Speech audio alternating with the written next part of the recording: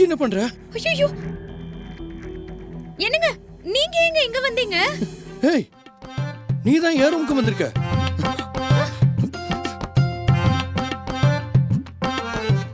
ஏன் இங்க வந்து படுத்திருக்க? நானா? எனக்கு தெரியலங்க. தெரியலன்னு சொன்னா என்ன அர்த்தம்? நான் உன்னை திவ்யா ரூம்ல தானே படுக்க சொன்னேன். ஏன் இங்க வந்த? அதுவும் இப்படி பக்கத்துல வந்து படுத்திருக்க? ஐயோ, நான் அங்கதாங்க இருந்தேன். எப்படி இங்க வந்தனே எனக்கு புரியலங்க. ஏதாவது உளராத. இப்படி நம்ம படுத்திருந்தது திவ்யா மட்டும் பாத்திருந்தா என்ன ஆயிருக்கும்? ஏமா இப்படி எல்லாம் பண்ற? உனக்கு என்ன பைத்தியம் பிடிச்சிருக்கா? எங்க என்ன எங்க திட்டுறீங்க? நான் இங்க வரலங்க. நான் அங்கதான். நீ வராம அக்கா கூட யாராச்சும் உன்னை தூக்கிட்டு வந்து இங்க போட்டாங்களா? ஆமா, நான் உங்ககிட்ட என்ன சொன்னேன்? திவ்யாக்கு உடம்பு சரியில்லை, அவ கூடவே இருந்து பாத்துக்கு வந்தானே சொன்னேன். நீ என்னன்னா இப்படி பண்ணி வச்சிருக்க? திரும்ப திரும்ப நான் இப்படி பண்ணேன்னு சொல்லாதீங்க. நிஜமா நான் அவங்க பக்கத்துலயே தான் இருந்தேன். ரொம்ப குளிர்துன்னு கொஞ்ச நேரம் வெளியே நெருப்பு பக்கத்துல போய் உட்கார்ந்துட்டு இருந்தேன். அப்புறம் என்ன அப்புறம்? சும்மா ஏதாவது சொல்லிக்கிட்டு. நீ என்ன பண்ணி வச்சிருக்கன்னு உனக்கு புரியுதா புரியலையா?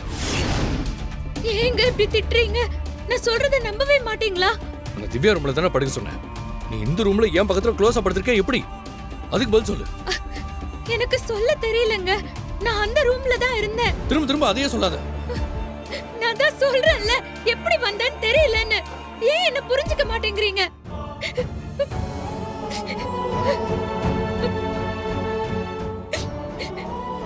கேள்வி கேட்டா பதில் சொல்லு.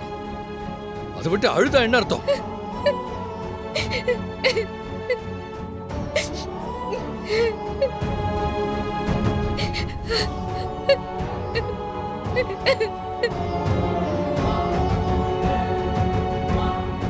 எனக்கு தெரிஞ்சதெல்லாம் சொல்லிட்டேன்.